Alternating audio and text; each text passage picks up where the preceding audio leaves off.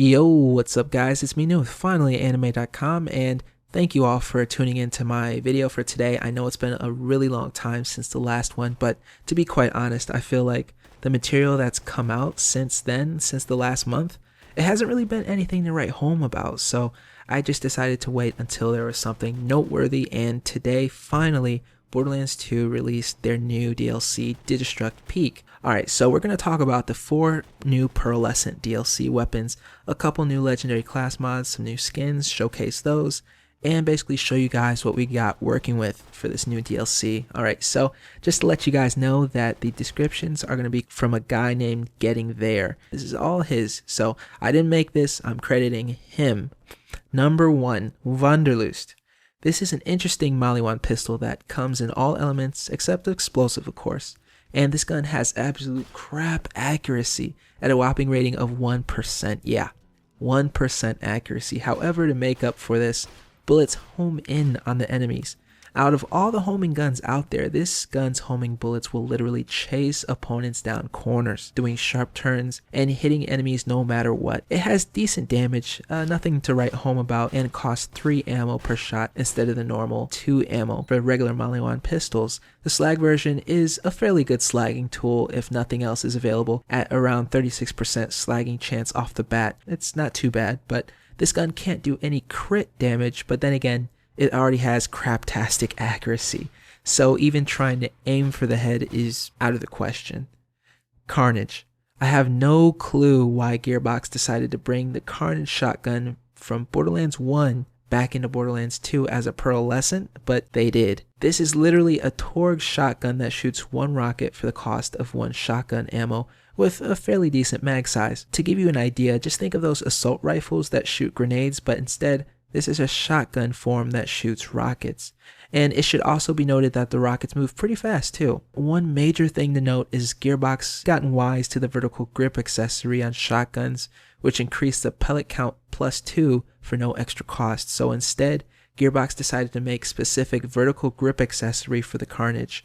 And a Carnage with a vertical grip accessory this time around is going to shoot 3 rockets at the same time, but it'll also consume 3 shotgun shells, and this results in no net gain damage. You're going to pump out damage a little bit faster, but you're going to do it at reduced accuracy. When compared to the Swordsplosion, the Carnage is incredibly lackluster, even though the Swordsplosion technically is rated at less damage, about 1/3 less, I think. The Swordsplosion does way more damage, much better weapon, everything. It's much better. The Godfinger.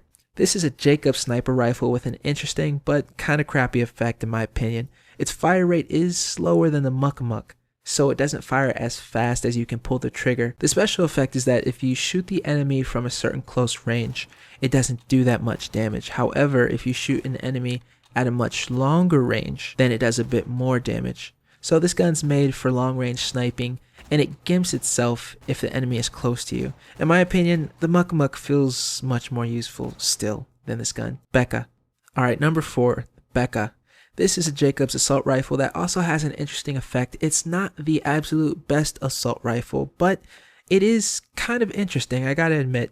When compared to the Hammerbuster, this gun has almost the same stats except much lower damage. So despite the lower damage, the Bekah has much higher critical hit damage. Now what makes this gun special is that when you shoot, the initial bullet will travel like normal. However, after a certain distance, it'll split, leaving behind a second bullet right behind. The second bullet will be stationary in midair for a split second before itself splitting into 3 more bullets in a similar fashion like the Lyuda, except they're going to be in a much tighter formation than the Lyuda. They're not going to go as far away in 45-degree angles. They're going to be very, very, very close. So against large targets, given the appropriate distance between yourself and the target, you can essentially hit a target with 4 bullets for the price of 1. However, if you are too close to the target, then the bullet won't have enough time to split, and instead the assault rifle will only do a single bullet's worth of damage. And in that case, you'd be better off using another weapon entirely.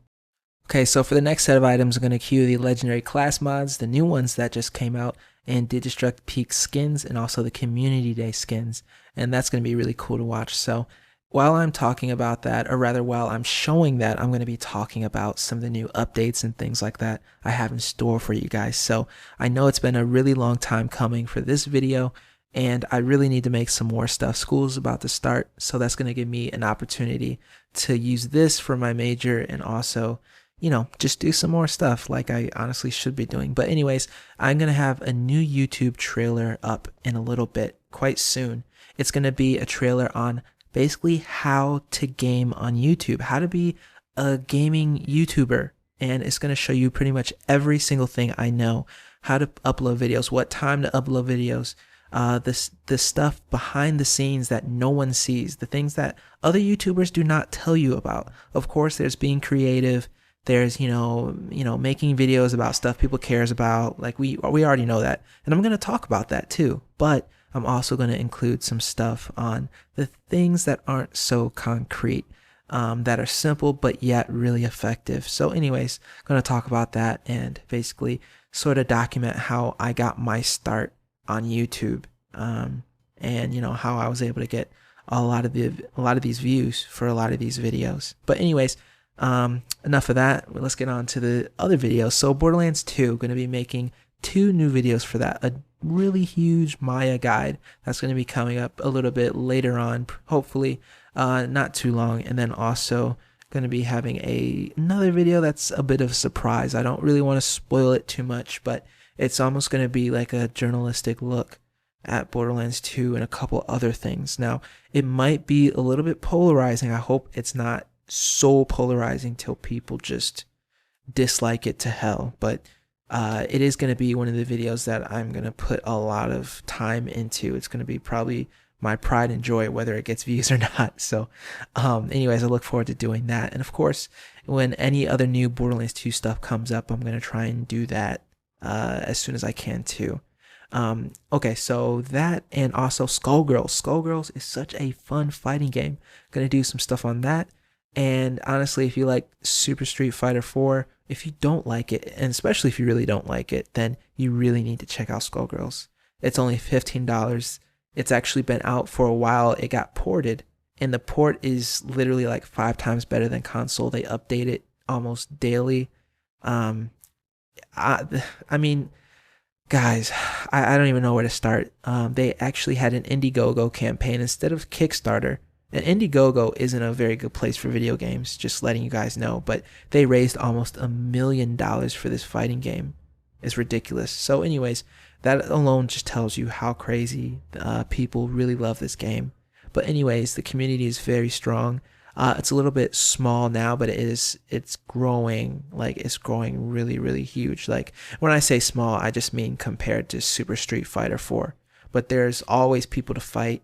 You never have to wait in the lobbies or, you know, doing a match too long, you know, queuing a match to fight someone. You just jump in and there you go. But anyways, I got some stuff on how to be a better fighter, you know, how to play fighting games, how to get better at fighting games, and also a character guide, system guide. I got a whole bunch of stuff, Philia, Squiggly coming up. So yeah, but anyways, guys, I didn't want to take too long to do this, but thank you guys for watching this. You know what? Sometimes I ask myself, why do you all listen to me? Aren't I boring to you guys?